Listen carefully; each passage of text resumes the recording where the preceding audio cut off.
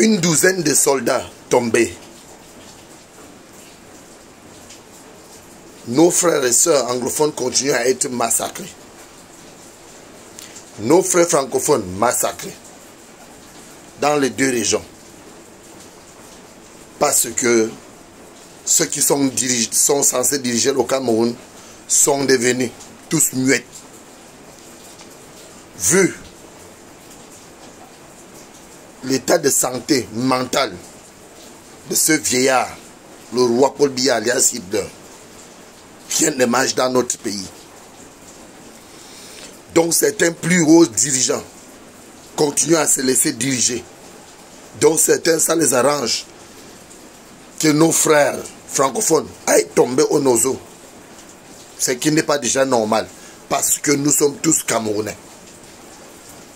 Nous continuerons toujours à vous rappeler qu'un Cameroun nouveau est possible et demeure possible sans le roi Paul Biya alias Hitler et ses serviteurs, donc sans ces régimes criminels d'étudier. Comment est-ce qu'on peut comprendre que chaque semaine, une dizaine de soldats tombent dans des régions anglophones? Mais quand on regarde au fond, on constate que certains, soi-disant ministres, certains hauts fonctionnaires de notre nation, n'ont pas de chagrin pour ces enfants qui mourront dans ces régions, qui laissant les bébés.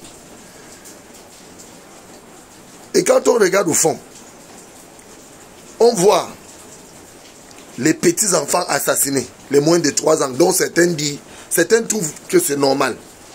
Donc tu laisses ton enfant de 5 ans à la maison et tu pars, tu tires sur un bébé sans défense, sur une maman sans défense, sur un civil sans défense, tout simplement parce que tu veux faire honneur à un vieux qui ne sert plus à rien. Même à sa famille ne peut plus servir parce que celui dont vous appelez président de la République au Cameroun est déjà fatigué. À beau vous dire ça, vous ne comprenez pas. Quand je parle d'autres, dis tais-toi, tu ne dis rien. Comment vous n'arrivez pas à comprendre que notre nation va mal, que notre pays tout va mal, et que dans notre pays on n'a plus la loi, que dans notre pays les gens ne vivent que dans la crainte, dont la plupart sortent pour aller au marché et ils ne reviennent plus. D'autres dorment et ils ne se réveillent plus. Parce que on est en train de s'en déchirer pour donner des avantages à ces vieillards.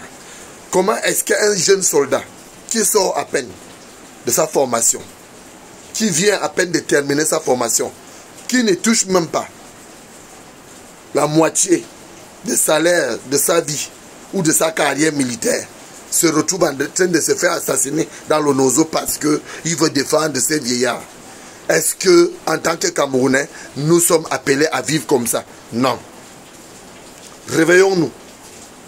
Chers soldats, chers frères, chers Camerounais, Camerounaises, Camerounais, nous sommes tous Camerounais. Éveillons-nous. Nous devrons laisser tomber cette sale guerre et faire plutôt partie ces vieillards qui sont à la tête des institutions camerounaises pour rebâtir notre Cameroun nouveau que nous avons toujours réclamé. Nous allons continuer à demander le retour de nos frères et sœurs anglophones qui ont été exilés,